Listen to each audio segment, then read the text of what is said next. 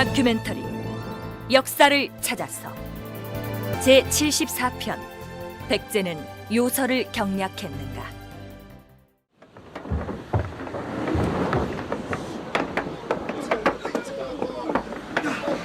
자! 진나라 왕실에 가져갈 짐들을 다 실었으면 이제 닻을 올려라!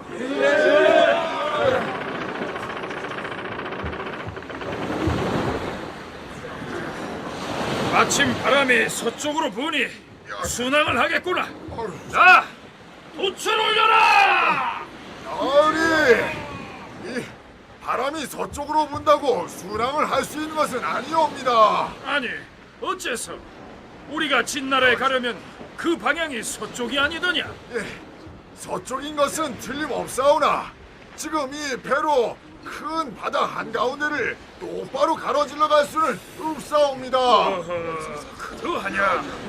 이 똑바로 갈 수 없다면 어떻게 가야 한단 말이냐?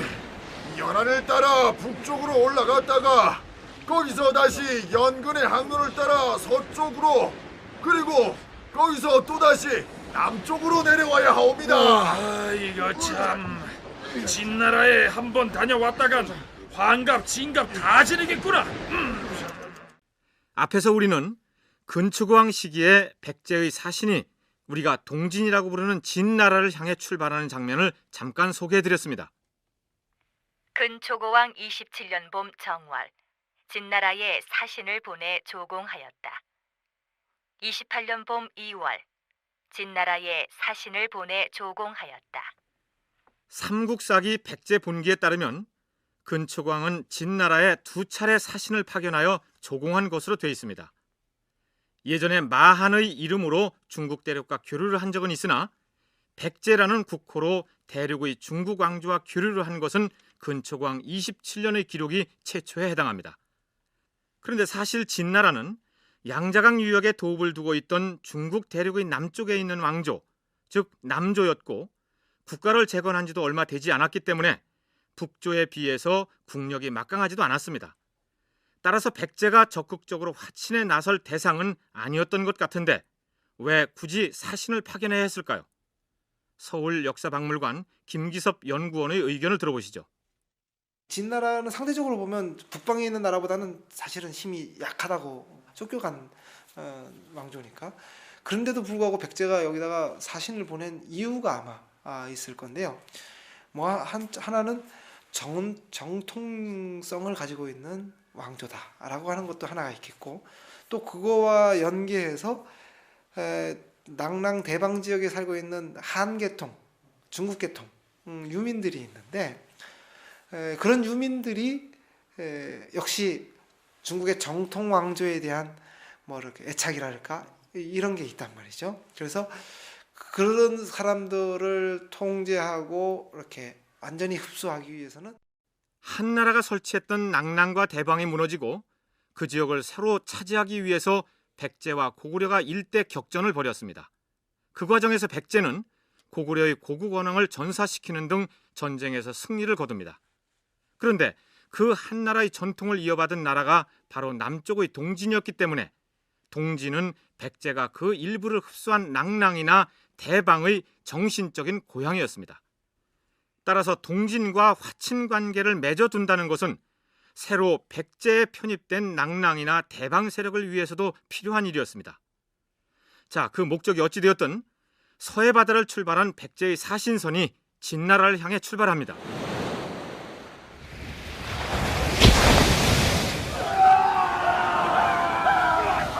바람이 거세게 부으니 돛을 내리고 키 단단히 잡아라!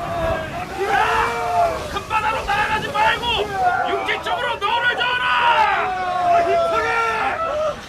진나라의 수도가 있는 양자강 쪽으로 가자면 산동반도에 배를 대고 상륙해서 육로로 가야 할 텐데, 문제는 서해 바다의 한가운데를 가로질러 직항로로 항해를 할 수 없다는 점입니다. 당시 백제의 사신선이 어떤 항로로 항해를 했는지 충북대 양기석 교수의 설명으로 들어보시죠. 백제가 지금의 서울에 있었다고 하면은 이제 인천을 통해서 이제 옹진반도로 해갖고 그 다음에 대동강 유역 입구로 해서 압록강 그 입구로 해서 그 다음에 산동반도로 가게 되면은 거기에 그 뽀하이만 있습니다. 말굽형으로 생긴 그 뽀하이만 쪽으로 또 연안에 따라갈 수도 있고, 남조로 갈 경우에는 백제는 남조와 교섭을 가졌기 때문에 그 산동반도 밑에 비사성이라고 아주 전략적인 요새가 있습니다. 그 비사성을 거쳐서 보면은 산동반도로 작고 큰 섬들이 그냥 쭉 연결되어 있습니다. 이거를 이제 노철산 수도라고 그럽니다.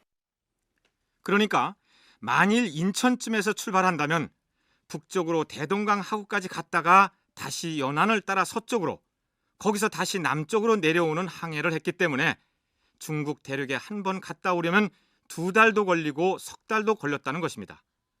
말하자면 선박의 규모도 작고 항해술도 발달하지 않았기 때문에 대동강 하구, 즉 고구려의 영역을 거쳐서 중국 대륙으로 건너가야 했다는 얘기죠. 대구 가톨릭대 강종훈 교수의 얘기입니다.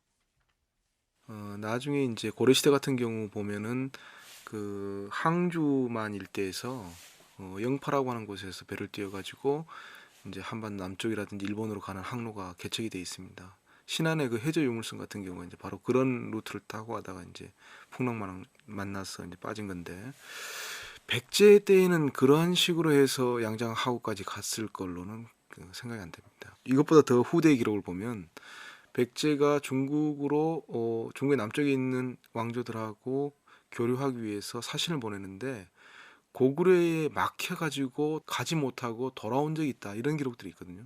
이건 뭐냐면 고구려 영역을 거쳐야 된다는 이야기죠, 항로가. 백제국 왕의 국서를 가지고 여기까지 찾아왔다는 말이더니. 예, 그러하옵니다. 먼 바닷길을 오느라고 수고가 많았겠구나.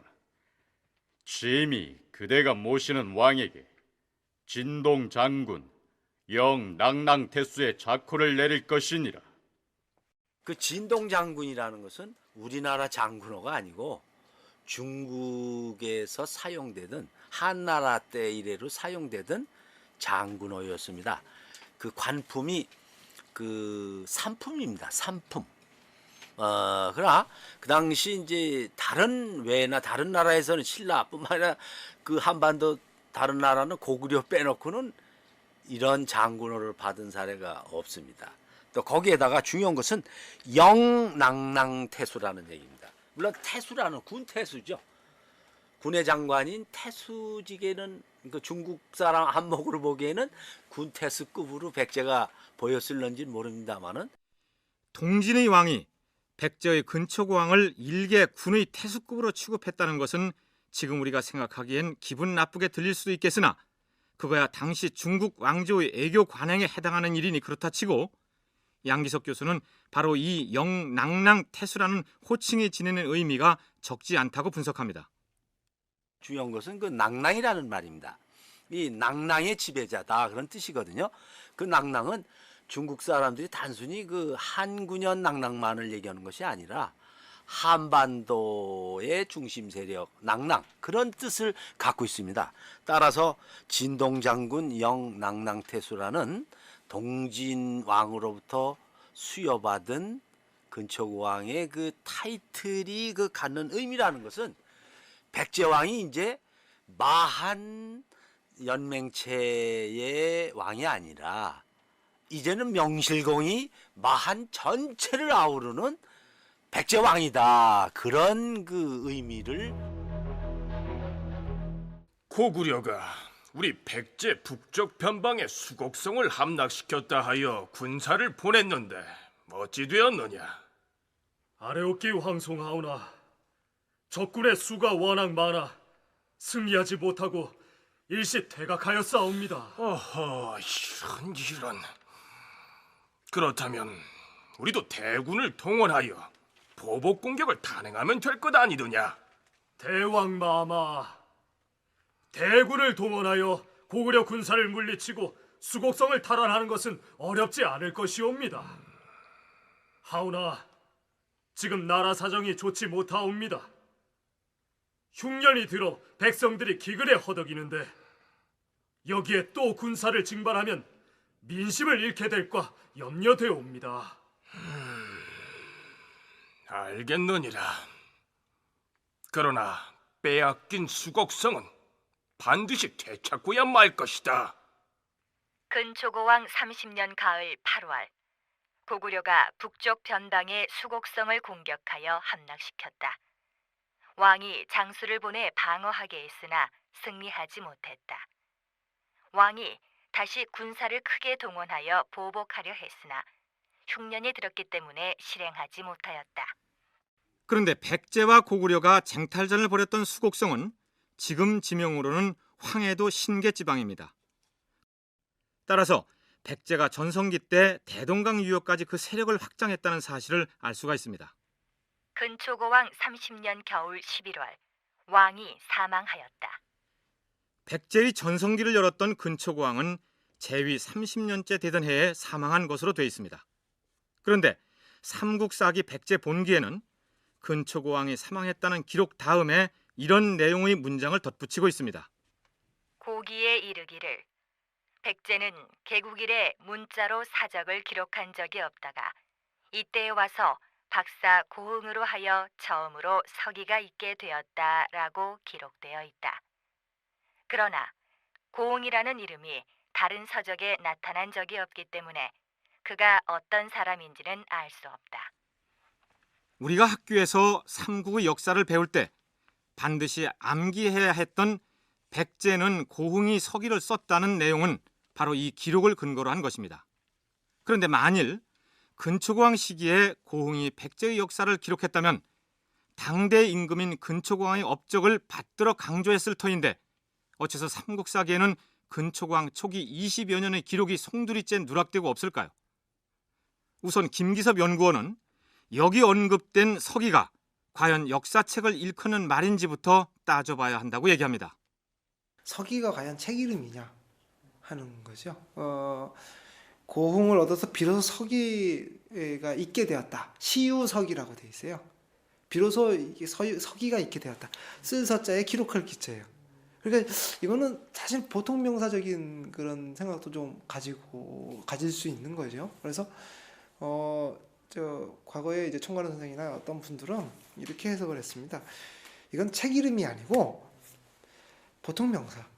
비로소 기록들을 이제 하게 됐다. 예전엔 기록이 없었다 이런 게 아니라 제도적으로 이제는 각 국가에서 일어나는 일들을 이렇게 책의 어떤 역사서의 어떤 그 기록 장치로 만들게 됐다. 그러니까 고흥이 서기라는 역사책을 썼다가 아니라 이때부터 국가에서 일어난 일들을 기록하도록 제도를 만들어 시행하였다. 이런 뜻으로 해석될 수도 있다는 얘기입니다. 그런데 고흥이 서기라는 백제의 역사책을 실제로 썼다고 해도 고려시대의 김부식은 삼국사기를 쓸 때 고흥이 썼던 서기라는 역사 자료를 확보하고 있지는 못했던 것으로 보입니다. 강종훈 교수의 얘기를 들어보시죠. 이 삼국사기가 편찬될 때 고흥이 지었다고 하는 서기가 활용되었다고 보기는 어렵습니다. 고기에 말하기를 고흥이라는 사람이 있어서 서기가 처음 있었다 이렇게 이제 기록이 되어 있거든요. 그 고기는 확인을 하고 있었지만 서기라고 하는 책은 확인을 못 하고 있었던 것이죠. 한국사기 편찬자들이.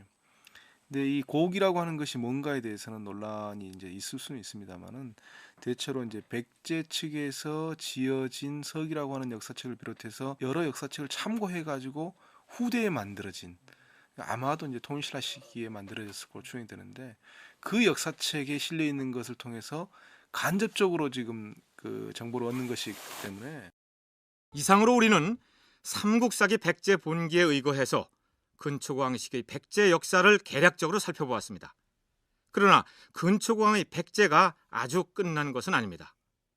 백제사를 둘러싼 논쟁 중에서 가장 뿌리 깊고 의견이 대립되는 것이 바로 백제의 요석 경략설일 것입니다.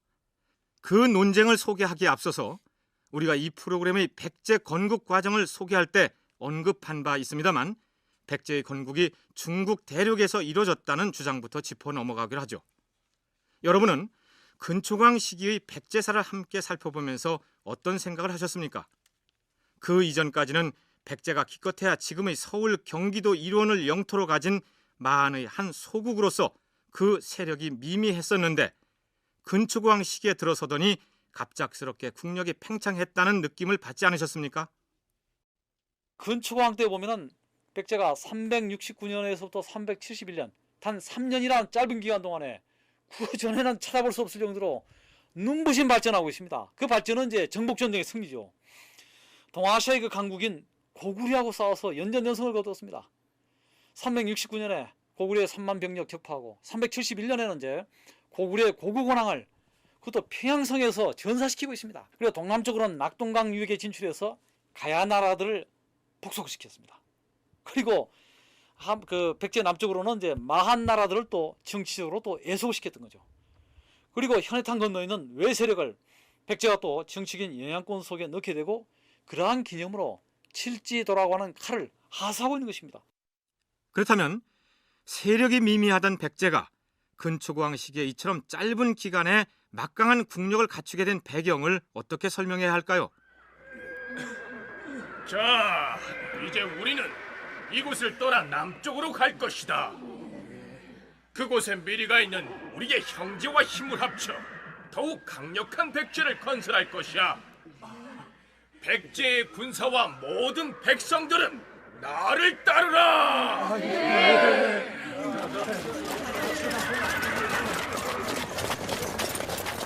백제의 건국 신화가 두 갈래이고 그 시도조 온조와 비류로 나누어져 있었다는 얘기 소개한 적이 있죠. 백제가 중국 대륙에서 건국을 한 다음 그중 일부인 온조계가 먼저 지금의 서울 지역으로 내려와 터를 잡았고 대륙에 남아있던 또 다른 백제 세력이 근초고왕 때나 혹은 그 직전에 남쪽으로 내려와 기존의 온조 세력을 흡수함으로써 국력이 커진 것이다. 이런 주장입니다. 이 주장의 대표적인 학자인 한국전통문학교 이두학 교수의 얘기를 다시 들어보기로 하죠. 3년이란 짧은 기간 동안에 가히 그 정지할 줄 모르는 운동력, 정복력을 가지고 뻗어나가고 있는 것이죠. 그 전 단계의 백제의 경우는 정체되어 있는 상황이었는데 갑자기 발전하고 있는 거죠. 이것은 계기적으로 성장했다 이렇게 볼 수는 없는 것이고요. 어떤 수혈에 의해서 외적으로 새로운 세력이 들어와 가지고 백제가 급팽창을 했다 이렇게 봐야만 될 것 같고요. 그리고 이러한 정복력의 원천이라고 하는 것은 중장기병 부대의 그 출현으로 봐야만 될 것 같습니다. 그러니까 사람이나 말이나 모두 쇠갑옷을 입힌 중장기병 부대가 만주 지역에서 내려온 거죠.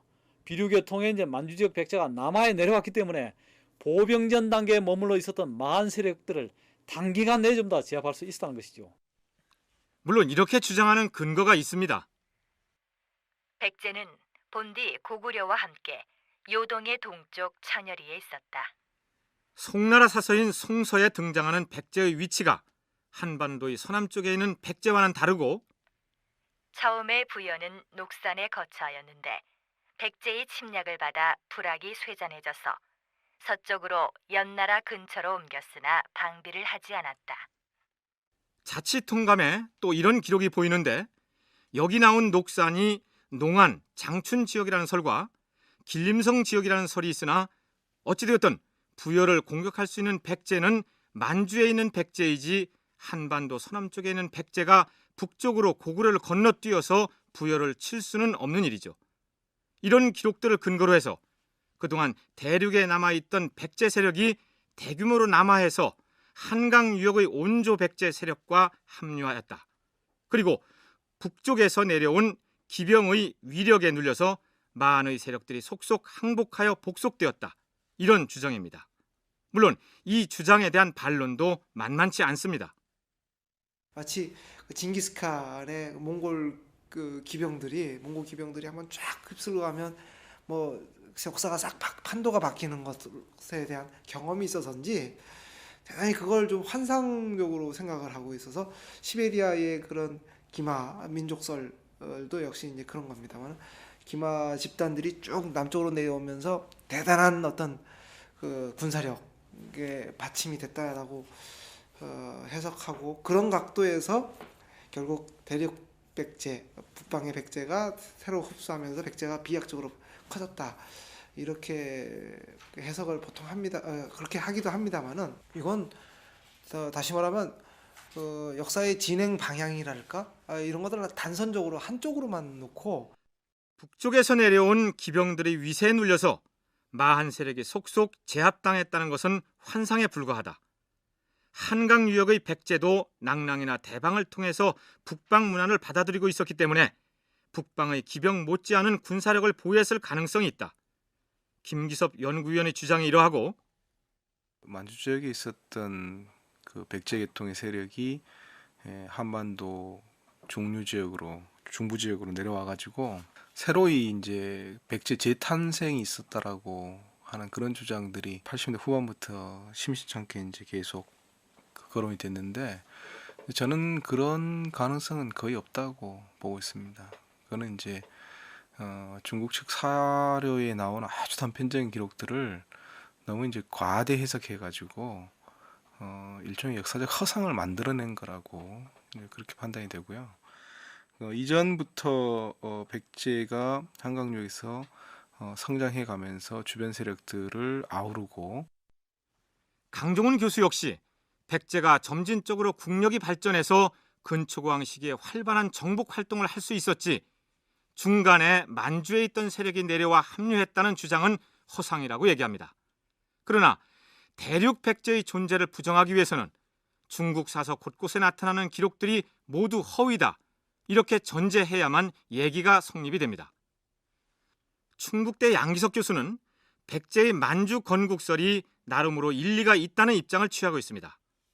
그 근거로 중국 사서뿐만 아니라 서울 석천동의 백제 왕릉에서 발견된 적석총을 들기도 합니다. 북방 묘제 문화인 이들 돌무지 무덤이 이전에는 없다가 4세기 무렵부터 나타난다는 것은 근초고왕 무렵에 북방 세력이 내려와서 백제의 왕실 권력이 교체된 것이 아니냐, 이렇게 해석할 수 있다는 얘기죠. 그 기단식 적석총은 그 한반도 압록강 유역을 끝으로 해서 한반도의 남지역에는 잘 안 나왔었는데, 그것이 이제 공교롭게도 대동강 유역을, 예성강 유역을 넘어서 한강 유역에 집중적으로 나오고 있다는 거예요. 그래서 그 묘제가 물론 자세한 면에서 보면은 차이는 있습니다. 그러나 외형적 전체적으로 보면 그 압록강에 있는 그 고구려 지배층 주묘제가 한강 유역에 나타나고, 그것이 이제 연대가 대충 4세기 이후로 연대를 보고 있기 때문에, 그래서 결국은 이제 그런 것이 이제 물적 증거가 되는 거죠. 자, 그럼 이제부터 요소 경략설을 도마에 올려볼까요? 우선 백제사를 입에 올릴 때면 빠지는 법이 없는 요소 경략설이라는 것이 도대체 어떤 주장을 두고 하는 말인지 양기석 교수의 설명부터 들어보시죠. 백제가 한반도의 서남부 지역에만 있었던 것이 아니라 이제 근초고왕대 이후에는 중국 대륙에도 진출을 해서 일정한 세력 거점을 가졌다라고 주장하는 것이 이제 학계에서 얘기하는 백제의 요서 영유설이라고도 하고, 또 백제의 그 요소 지방만 간 게 아니라 산둥반도도 갔고, 또 저기 지금 양지강 그 유역, 5월 지방이라죠. 양지강 유역도 갔기 때문에 요소란 말은 너무 편협하다 해서 묶어서 대륙 진출설이라고도 하고, 쉽게 말해서 백제가 한반도 영토 말고도 중국의 요서지방의 일정한 땅을 식민지로 두고 다스렸다, 이런 주장이 바로 요서 경략설인데, 백제가 요서지방으로 진출했다는 의미도 되기 때문에 요서 진출설이라고도 하고, 또 다른 표현으로 요서지방의 일정한 땅을 영유했다는 의미로 요서 영유설이라고도 합니다. 그런데 앞서서 양기석 교수가 지적한 대로 백제가 진출했던 곳이 요서지방에 한정되지 않고 산동반도나 양짜강 유역으로도 진출한 것으로 돼 있기 때문에 오히려 요서라는 이름을 빼고 대륙 진출설이라고 해야 옳다는 얘기도 일리가 있어 보입니다. 상당수의 역사학자들은 백제가 중국의 요서지방의 일부를 다스렸다는 이 주장을 말도 안 되는 얘기 혹은 터무니없는 주장이라고 말합니다. 그래서 우리는 최근에 발표한 논문을 통해 백제의 요서 경략설 혹은 요서 진출설에 대해서 신중한 긍정론을 보이고 있는 대구 카톨릭대 강종훈 교수와 중립적 입장에서 그 가능성을 열어두고 있는 충북대 양기석 교수, 이 두 사람의 설명을 토대로 진행해 보기로 하겠습니다. 자, 그렇다면 도대체 백제가 중국 대륙의 일부를 차지해서 경락했다는 이 주장이 왜 나오게 되었을까요? 우선 그 근거가 되는 기록이 처음 발견된 문헌은 송나라 사서, 즉 송서입니다. 그러면 백제의 요소 경략을 최초로 거론한 송서 백제전의 해당 구절을 살펴보기로 할까요? 백제국은 본래 고려와 더불어 요동의 동쪽 천여리에 있었다. 그 후 고려가 요동을 공격하여 차지하자 백제는 요소를 공격하여 차지하였다. 백제가 통치한 곳은 진평군 진평현이라 하였다. 여기서 고려는 물론 고구려를 칭하는 말입니다. 고구려가 요동을 차지하자 백제도 이에 질세라 요소 지방을 공격해서 차지하고 거기다 진평군 진평현을 두었다는 얘기입니다. 고구려가 요동을 침략해서 소유하고 있을 때 백제는 요소지방을 경략해서 영유해서 소유하고 있었는데, 그때 그 백제의 치소 중심지죠. 백제의 그 행정 중심지가 진평군 진평현이었다라는 아주 짤막한 기사가 중국 사서뿐만 아니라 백제의 대륙 진출설에 관한 제일 첫 번째 기사가 되고 있습니다. 그 뒤로 이 기사를 이제 이어받아 갖고 이제 그 내용들이 이제 자꾸 불어나게 됐던 것이죠. 그래서 이제 그 뒤로 25사 중에 그 송나라를 이어서 그 다음 나온 게 이제 제나라죠. 자, 한반도 서남쪽 한기퉁에 있었던 것으로 알고 있던 백제가 중국의 요소 지방을 공격해서 일정한 땅을 차지하고 거기다 군현을 설치해서 다스렸다. 이런 내용이 발견됐으니 역사학자들이 의아스럽게 생각하지 않았겠습니까? 그런데 송서뿐만 아니라 양나라 서서인 양서에도 비슷한 내용의 기록이 올라 있습니다. 백제는 본래 고구려와 함께 요동의 동쪽에 있었다. 진나라 시기에 고구려가 이미 요동을 공격하여 차지하자 백제 또한 요서, 진평 두 군의 땅을 점거하고 백제군을 설치하였다. 여기 등장하는 진나라는 근초고왕이 사신을 보냈던 동진을 얘기합니다. 이런 문헌 사료가 발견되자 당연히 백제의 요소 진출설 혹은 요소 경략설이 대두되었겠죠. 그렇다면 요소 경략설을 반대하는 쪽의 논리는 무엇일까요? 우선 기록이 너무 단편적이에요. 앞뒤 정황을 파악할 수 없는 상황에서 돌출적으로 이 기록이 등장하고 있는데, 이걸 근거로 백제가 요소를 경략했다고 보는 것은 말이 안 됩니다. 아마 이 기록 자체가 잘못됐을 거예요. 백제가 요소를 공격해서 경략했다는 기록 자체가 너무 평지 돌출식으로 나타나서 뜬금없다. 그러니 믿을 수 없다. 이런 얘기입니다. 그런데 백제의 요소 경략을 말해주는 기록은 양직공도라는 문헌에도 나타납니다. 양직공도는 520년대에서 530년대 사이에 양나라의 소역이라고 하는 사람이 주변 국가에서 온 사신들의 모습을 그리고 그 사신이 온 나라에 대해서 간략한 기록을 붙여놓은 것입니다. 그 중에 백제의 사신의 모습이 나오고 백제에 관한 서술이 들어있습니다. 그래서 이제 양직공도의 백제국사조 이렇게 이제 우리가 흔히 이야기를 하고 있는데, 거기에 보면은 요소 진출설과 관련해서 이해할 수 있는 부분이 역시 앞부분에 나오고 있습니다. 백제는 옛날 동이 마한에 속했는데 진나라 말기에 고구려가 요동을 공격하여 차지하자 낭낭이 또한 요서 진평현을 차지하였다. 강종훈 교수가 거론한 양직공도의 관련 기록을 소개해드렸는데, 여기서 이채로운 것은 고구려가 요동을 공격해서 차지하자 낭낭이 요소를 차지했다는 부분입니다. 송서나 양서에서는 백제가 들어가 있던 자리에 낭낭이 들어가 있는 것입니다. 그러자 요소 경략설의 반대 논자들이 또한 이렇게 반박을 했겠죠. 그거 보세요. 요소를 공격해서 진평현을 차지한 세력은 백제가 아니라 낭낭이라고 되어 있지 않습니까? 서기 313년에 한반도 서북부에 있던 낭낭군과 대방군이 요소 지방으로 옮겨졌지 않습니까? 낭랑이 요소 진평현을 차지했다는 기록은 바로 그것을 나타내는 것입니다. 백제하고는 아무 상관도 없습니다. 그게 백제와는 아무런 관련도 없는 낭랑에 관한 내용이라면 그 그림의 제목을 백제국의 사신을 의미하는 백제국사라고 붙일 이유가 없었겠죠.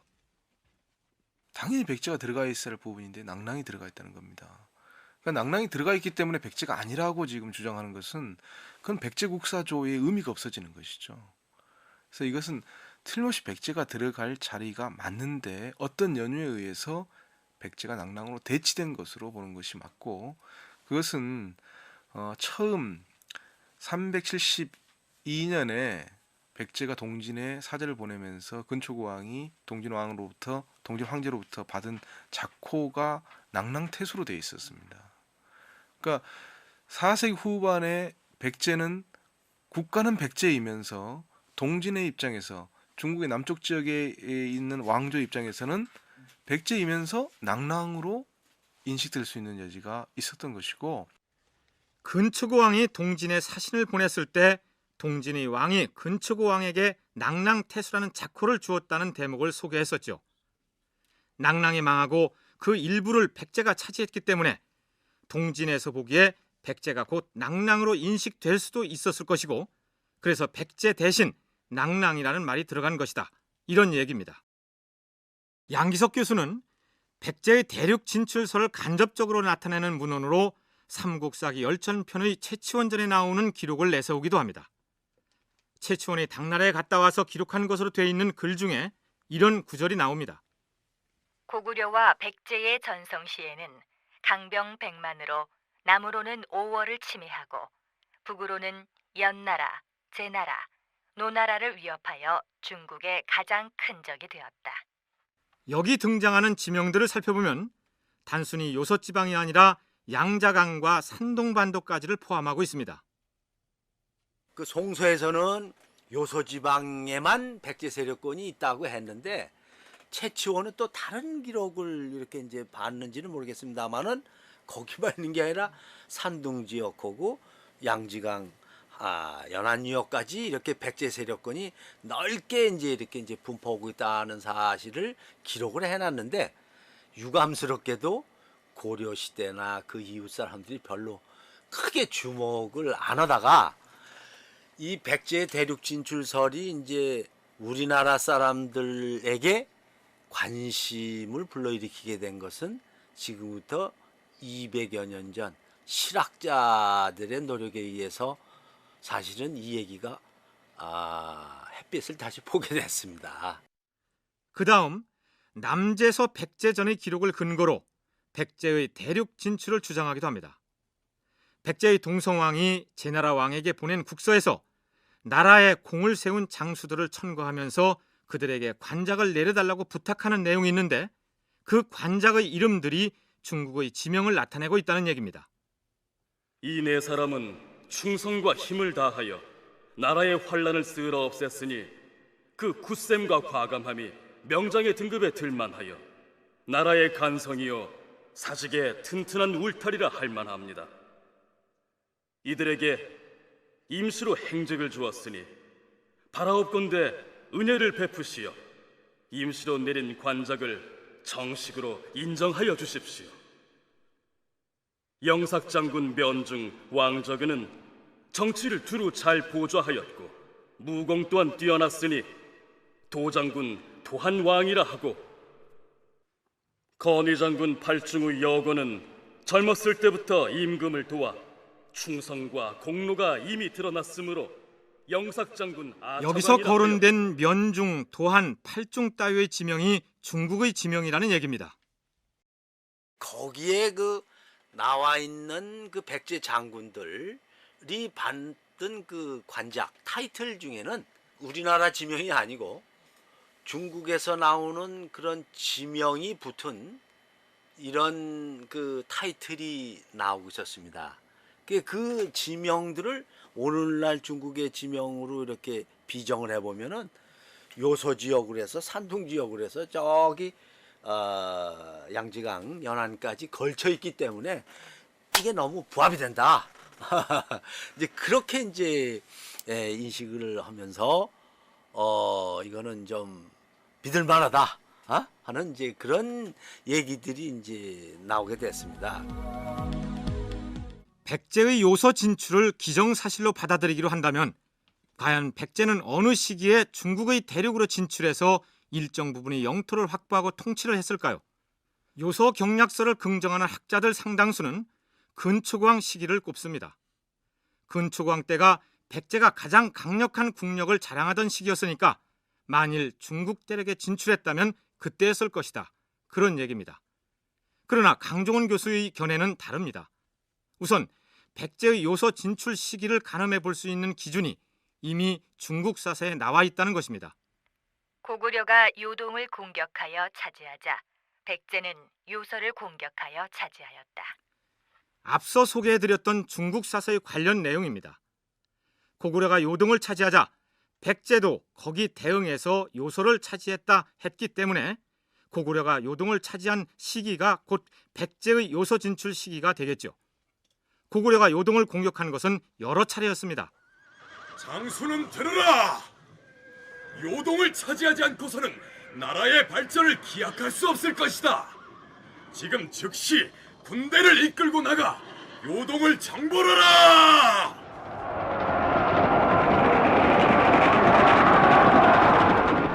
태조왕 53년 정월, 왕은 장수를 한나라의 요동에 들여보내 6천을 약탈하다가 요동태수 경기가 군사를 내어 대항하므로 왕의 군사가 크게 패하였다. 고구려는 이처럼 요동 땅을 차지하기 위해서 수차례 공격을 하지만 그 뜻을 이루지 못합니다.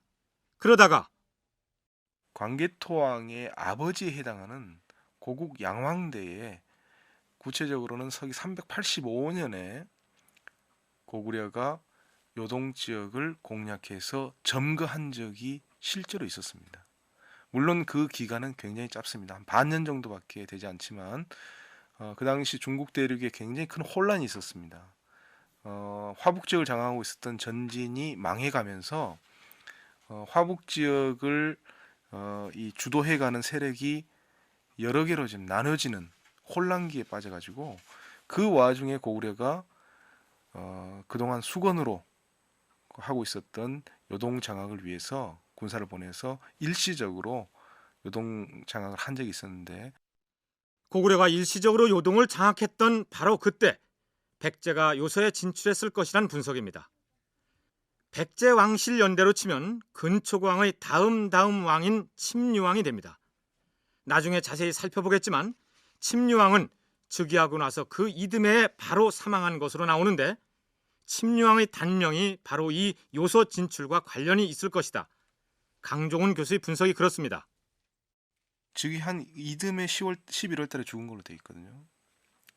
즉위한 게 384년에 그 4월 달에 아버지인 근구수왕이 죽고 침류왕이 왕이 올랐다가 불과 한 1년 반 만에 세상을 떠난 걸로 기록이 되어 있습니다. 이건 당시 침룡의 나이는 그다지 이렇게 노년이 아니었을 거로 보는데 아마 한 30대 정도의 그 아주 젊은 나이였을 거로 보는데 갑자기 이렇게 죽게 된 걸로 나오는데 이게 지금 요소 진출과 관련이 있다고 저는 보고 있습니다. 그런데 양기석 교수는 고구려의 요동 점령 시기와 정확하게 맞아떨어지지는 않지만 그래도 근초고왕 시기로 보아야 한다고 주장합니다. 조금 시기적으로 근초고왕대라고 하면은 좀 369년, 372년 요 시기를 보면은 조금 안 맞는 측면이 있습니다. 그러니까 그 요동에 진출했다 만약에 긍정적으로 본다면 꼭 지금의 요동 지방을 완전히 확보했다는 것이 아니라 고구려가 어느 정도 요동 지방의 세력을 떨치고 있다는 그런 정도 의미로 보면은 뭐 큰 문제는 없을 것 같습니다. 일단은 그 백제가 송서에 의한 대로 그 요소 지방에 진출했다는 시기는 보통 근초고왕대로 보고 있거든요. 그런데 양기석 교수와 강종훈 교수가 가장 크게 이견을 보인 부분은 백제의 요소 진출 기간, 다시 말해서 백제가 요서에 진출하여 일정한 영토를 확보하고 경략했다면 언제까지 했겠느냐 하는 부분입니다. 385년 6월경에 백제의 요소 지역 진출이 있었을 걸로 보는데 그해 11월 달에 이 요소 지역이 후연 세력에 의해서 다시 회복이 됩니다. 그러니까 여암 세력이 망했다는 이야기죠. 바로 이게 백제의 요소 지역 지배가 끝나는 시점으로 보고 있습니다. 그래서 불과 한 5, 6개월 정도에 해당하는 짧은 기간 백제의 요소 지역 점유가 이루어졌다 이렇게 판단하고 있습니다. 그걸 너무 이제 그동안 과장해서 요소 지역에 뭐 수십 년, 수백 년 백제의 어떤 근거지가 마련되어 있었고 그걸 통해서 대륙 지배를 실행했다 이렇게까지 나가는 것은 여암이라는 부역의 왕족이 있었다. 그는 모용 선비족이 세운 후연에 있었는데 후연을 버리고 뛰쳐나와서 독자적인 세력을 구축했다. 백제의 왕성이 부여의 여시였기 때문에 혈통적으로 통하는 관계여서 여암과 백제가 연합하여 요소 지역의 일정한 세력을 확보했다. 이것이 강종원 교수가 주장하는 백제의 요소 진출의 형식입니다. 그렇게 연결해서 계산을 하다 보니 후연이 다시 여암을 물리친 시기인 서기 385년 11월에 백제의 요소 진출도 끝난다. 이런 계산이 나옵니다. 385년 6월에 진출해서 겨우 5개월 동안 반짝 있다가 말았다는 얘기입니다. 그러면서 강 교수는 백제의 요소 진출을 장기간에 걸쳐서 광활한 영토를 지배했다는 식으로 과장해서는 안 될 것이라고 얘기합니다. 그러나 양기석 교수의 견해는 다릅니다. 양 교수가 백제가 요소의 진출을 시작했던 시기를 근초고왕 시기로 잡고 있다는 얘기는 앞에서 소개했었죠. 그렇다면 언제까지 있었느냐가 문제인데 양 교수는 서동요의 주인공 서동의 아버지로 알려진 백제의 제27대 위덕왕 때까지 중국 대륙에 진출해 있었다고 얘기합니다. 강종원 교수가 반년도 안 되는 기간 동안 반짝 있다 말았을 것이라고 한데 반해서 양기석 교수는 무려 200여 년 동안이나 중국 대륙에 진출해 있었다고 분석한 것이죠. 그렇다면 그 근거가 무엇일까요? 삼국사기 백제 본기 위덕왕 때의 기록을 잠시 살펴볼까요? 위덕왕 17년 북제의 후주가 왕을 임명하여 사지절 시중 거기대 장군 대방궁공 백제왕으로 삼았다. 그런데 바로 다음에 또 이런 기록이 나옵니다. 위덕왕 18년에 북제의 후주가 또 왕을 사지절 도독 동청주 제군사 동청주 자사로 삼았다. 그런데 이 기록이 백제의 대륙 진출 기간과 무슨 상관이 있다는 얘기일까요? 자사라는 건 주의 장관이죠. 주의 주, 그러니까 도에 해당하는 행정구역의 그 우두머리를 이제 자사라 그러는데 거기에 말하는 동청주는 청주는 산동 지역인데 동청주니까 이 산동 지역에서도 바닷가 쪽에 이제 면인데 근데 결국은 6세기 후반에 백제가 동청주 자사라는 위덕왕이 받을 정도인 거 보니까 위덕왕 때까지는 그 중국의 일정한 세력권이 어떤 형태든 남아있지 않았을 것이냐 그걸 하한선으로 보통 보고 있어요. 청주는 중국의 산동 지역이니 동청주라면 산동의 동부 지역, 즉 해안지대에 해당한다. 북제의 왕 후주가 백제의 위덕왕에게 동청주 자사라는 자코를 내렸다는 것은 백제 왕이 산동의 동부 지역을 다스리고 있었다는 증거다. 이런 주장입니다. 그러니까 백제의 대륙 진출이 그 뒤로도 더 계속되었는지는 알 수 없지만 최소한 위덕왕이 동청주 자사라는 자코를 받았던 서기 571년까지는 이어지고 있었다. 이런 분석입니다. 그런데 백제가 만일 중국 대륙의 일부 지역을 차지하고 경략했다면 그 범위가 얼마나 되었을까요?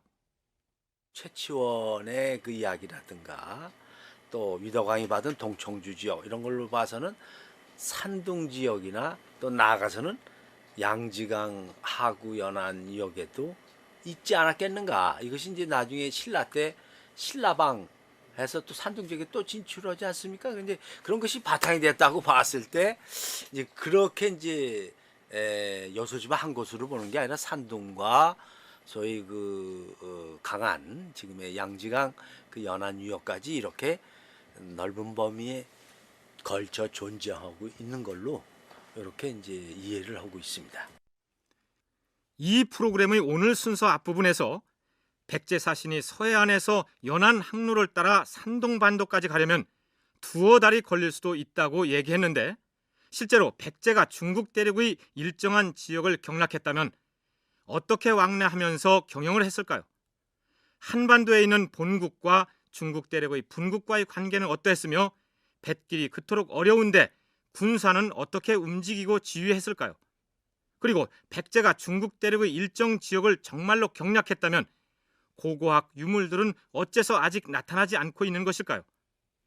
백제가 중국 대륙의 일정 지역을 확보했다면 그곳을 어떤 방식으로 운영했느냐 하는 것은 결국 어떻게 진출할 수 있었느냐 하는 문제와 같습니다. 생각을 해보세요. 백제가 당시에 고구려하고 황해도에서 치열한 접전을 벌이고 있었기 때문에 고구려가 감당하기도 힘이 벅찬데 무슨 군사적인 여유가 있어서 요소에 진출을 합니까? 그리고 막강한 세력을 가진 나라들이 중국 대륙을 호령하고 있던 판에 백제가 군사적으로 점령을 해서 땅을 차지한다. 그거 불가능한 얘기예요. 요소 진출설을 회의적으로 보는 학자들에게서 자주 듣게 되는 얘기가 이렇습니다. 그래서 요소 경략설을 긍정하는 사람들도 백제가 대륙에 있던 어떤 세력과의 협조 관계를 유지했을 것이라는 의견을 피력합니다. 강종훈 교수는 이런 의견입니다. 이 383년에 화북 지역을 장악하고 있었던 전진이 동진을 공격하다가 남쪽에 있는 동진을 이제 무너뜨리고 중국 대륙 전체를 통일하려고 하다가 실패한 적이 있었습니다. 그 여파로 이제 전진이 망하게 되는 것이죠. 망하면서 다시 화북 지역 전체가 여러 유목민족 왕조들이 다시 일어나면서 혼란기에 빠집니다. 이때 남쪽에 있었던 동진, 한족의 왕조인 동진이 드디어 화북 지역을 다시 되찾을 수 있는 호기가 왔다고 판단하는 겁니다.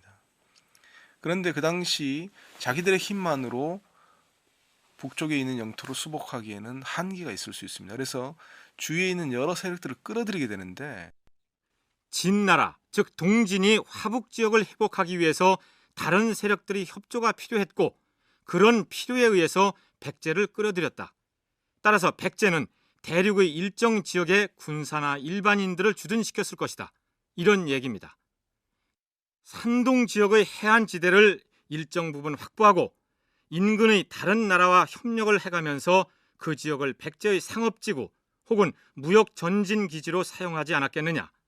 그 정도만 하더라도 백제의 대륙 진출의 의미는 큰 것이다. 그런 의견입니다. 백제의 요소 경략설을 본격적으로 제기했던 사람들은 조선시대의 실학자들이었습니다.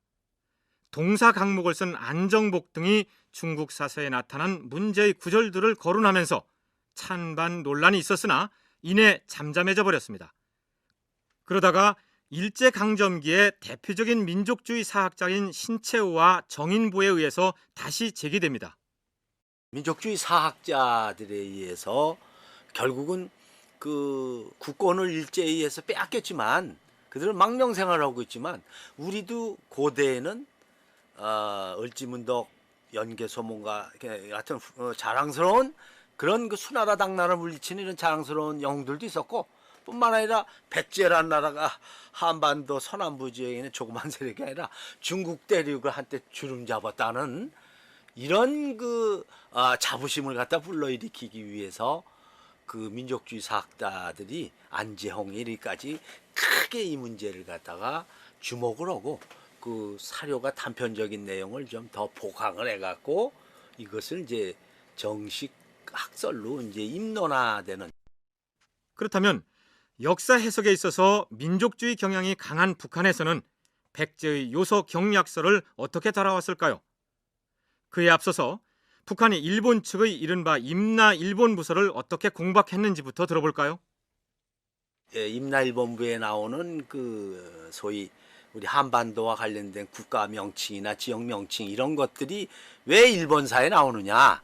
그거는 한반도가 역사 무대가 아니라 바로 일본 열도 안에 있다. 임나일본부에 나오는 그런 거 지들 얘기다 이거죠. 그래서 그 사람들이 왜 그런 한반도와 동일한 지역이나 국가 명칭을 갖게 됐느냐?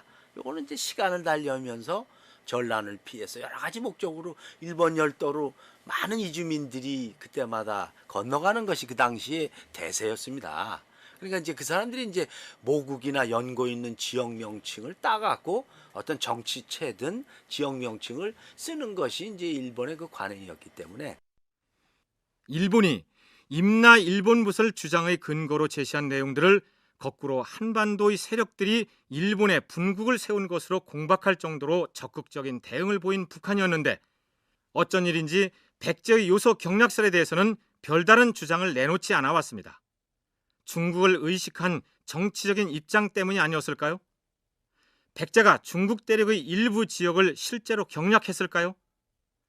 이 질문에 대한 대답은 미뤄두기로 하죠.